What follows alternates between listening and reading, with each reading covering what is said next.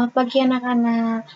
Hari ini kita akan belajar tematik bersama Bumia. Kita akan belajar tema 1, subtema 3, pembelajaran 3 dan 4. Kita akan belajar tentang bersyukur atas keberagaman. Sebelum memulai pembelajaran, marilah kita berdoa terlebih dahulu. Berdoa mulai. Selesai.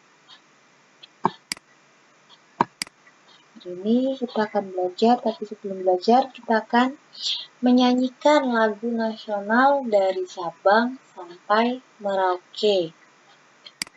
Mari kita nyanyikan bersama-sama ya, sambil menyaksikan tayangan video berikut ini.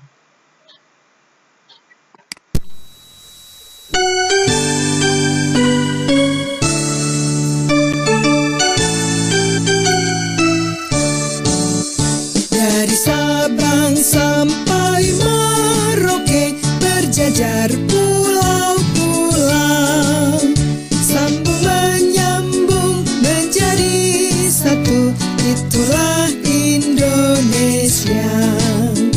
Indonesia tanah airku, aku berjanji padamu, menjunjung tanah airku, tanah airku Indonesia.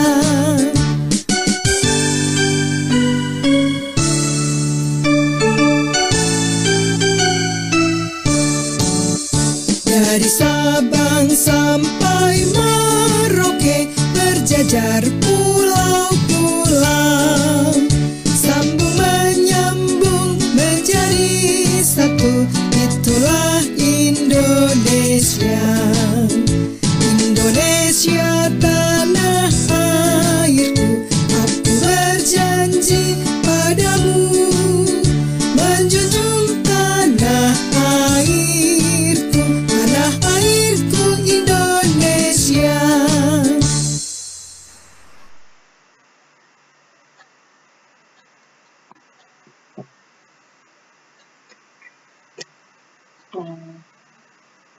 Setelah kalian nyanyi, ini harap bisa jadi lebih semangat ya. Kita masuk sekarang ke pembelajaran bahasa Indonesia. Di sini kita akan belajar tentang peta pikiran. Apa sih peta pikiran? Peta pikiran adalah diagram yang menggambarkan secara visual tentang ide, konsep, informasi dalam sebuah kotak peta pikiran yang saling terhubung secara terorganisir dengan garis.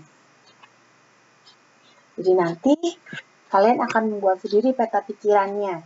Peta pikiran dalam sebuah bacaan, nanti akan ada bacaan, kalian membuat peta pikiran biar lebih jelas lagi.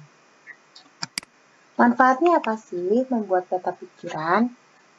Manfaat membuat peta pikiran adalah supaya lebih mudah dalam memahami sebuah bacaan.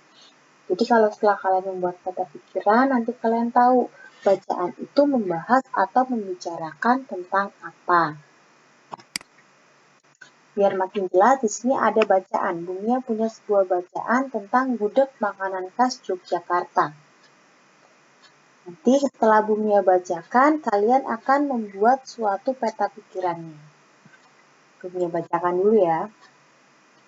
Gudeg adalah makanan khas Yogyakarta yang dibuat dari nangka muda, gula merah, dan bumbu yang dimasak hingga berjam-jam. Oleh karena kekhasannya, jika kita pergi ke Yogyakarta tanpa makan gudeg, belumlah terasa lengkap. Gudeg dimakan bersama nasi dan lauk pelengkapnya untuk menetralisir rasa manis dari gudeg tersebut. Lauk yang selalu mendampingi gudeg adalah areh atau santan kental dan sambal krecek, serta tahu, tempe, telur, atau ayam, itu tergantung selera masing-masing. Dari bacaan ini akan memberikan tugas ke kalian. Tugasnya adalah kalian membuat sebuah peta pikiran. Kalian lengkapi peta pikiran ini. Tadi di bacaan kan membahas tentang gudeg. Nah, lalu di garis satunya, kita tarik garis. Rasa masakan dari Yogyakarta ini apa? Rasa makanan dari gudeg itu apa? Kemudian, gudeg sendiri adalah merupakan makanan khas daerah mana? Lalu, lauk yang biasa mendampingi gudeg itu apa saja? Dan yang terakhir, gudeg merupakan bahan dasarnya apa aja tadi bahan dasar pembuatan gudeg? Kalau kalian sudah melengkapi, berarti kalian sudah bisa dalam membuat peta pikiran. Jangan lupa ditulis soalnya, dibuat seperti ini sama lalu dikirim ke Google Classroom. Ini tugas pertama kalian. Tugas yang kedua nanti. Sekarang kita masuk dulu ke pembelajaran IPS. Tadi Indonesia itu kan terdiri dari Sabang sampai Merauke, berjajar pulau-pulau. Karena Indonesia berjajar pulau-pulau, banyak pulau, itu menyebabkan Indonesia itu beragam makanan khas Indonesia. Seperti di daerah Yogyakarta itu ada gudeg, bakpia, geplak.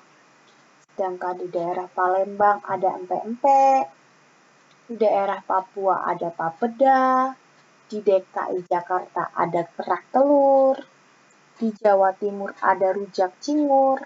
Di Nusa Tenggara Barat ayam taliwang. Dan di daerah Semarang ada lumpia.